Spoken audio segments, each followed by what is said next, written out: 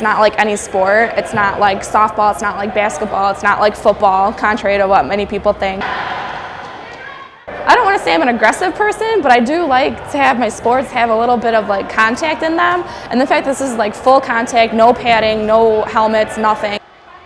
It's just an awesome sport. I'm Chelsea, I am 22, and I play the lock position in rugby. It's essentially the driving force of the scrum. You have a front row of 3 girls, and you have 2 locks, and then an 8-man and flankers on the side, and you're essentially building this driving force.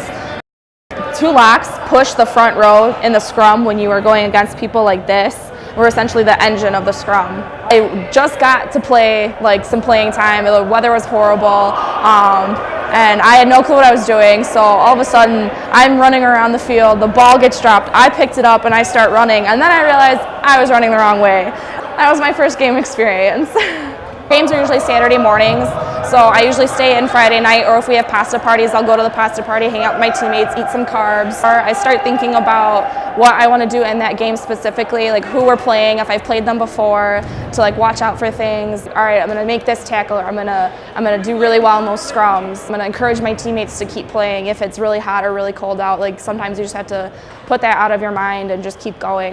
Rugby is a very fast game, so you have to constantly be on the lookout for that girl who's got that ball or what that other team is going to be doing with that play. There's a lot going on in my mind. Just mainly it's, all right, get that girl, get that tackle, try to get in that ruck. Rugby is a very safe sport. The rules are there for a reason. The most common injuries I think would be like ankles, if you don't have strong ankles or you're not conditioning with them. Concussions are a really big one too. If you see someone down, you yell, take a minute. My first semester I played, I broke my nose. I took a knee to it. I did have stitches in my eyebrow. I'm just now getting over my concussion.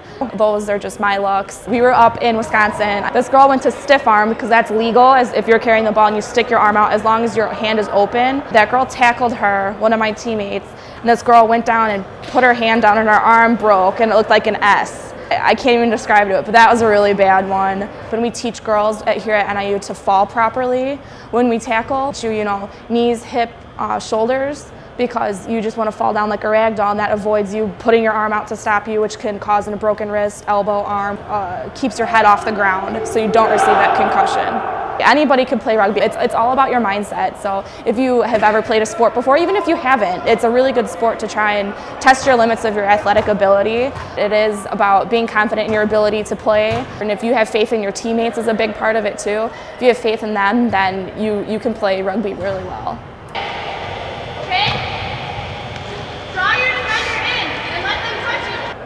We're here. It's mostly a male-dominated sport. Don't knock us down just because we're girls or women. There are women's teams, people who are out of college who are still playing, and they still kick butt just like the men can.